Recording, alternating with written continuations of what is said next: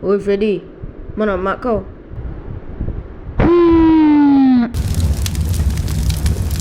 Mak kau ke?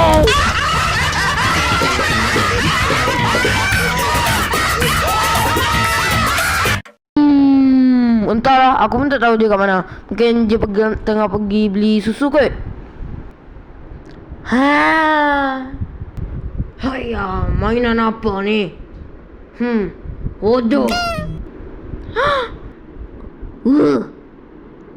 Wah wah wah wah wah wah wah. Apalah.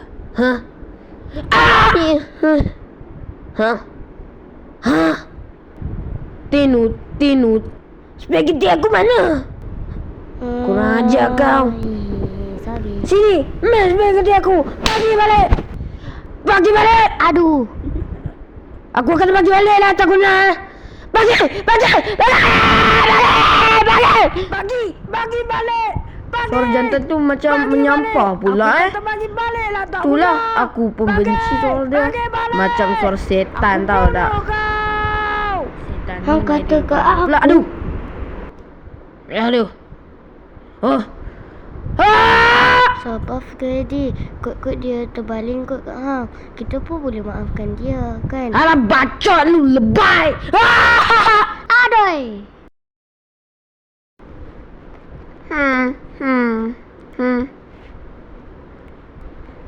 Apa benda?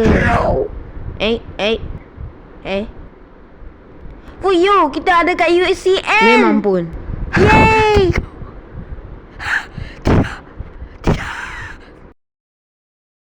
Sabar. Jangan sedih lagi. Jadi kesian pula. Hai budak-budak, siapa nak coklat percuma? Siapa nak masuk dalam ni? Saya ada banyak. Woi. Hampa siapa masuk dalam ni? Lagi satu, mana ada budak dalam tempat ni? Oh iya ke? Kalau macam tu aku pergi dulu tau. Bye-bye. Jumpa lagi. Van kau macam mana? Bangunan kau, van kau. Woi. Aku dah malas lah. Macam mana ni? Aku ada dia. Kita suruh Cika bertelur. Ni telur dia yang kita harus dapatkan. Ni foto dia. Aku rasa aku nampak sesuatu lah.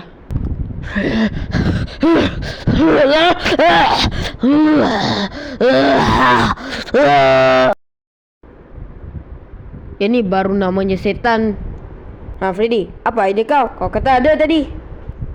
Assalamualaikum. Siapa nak gula-gula? Aku ada banyak. Nak Ferrero Rocher. Hampa siapa Foxy? Ya. Oink.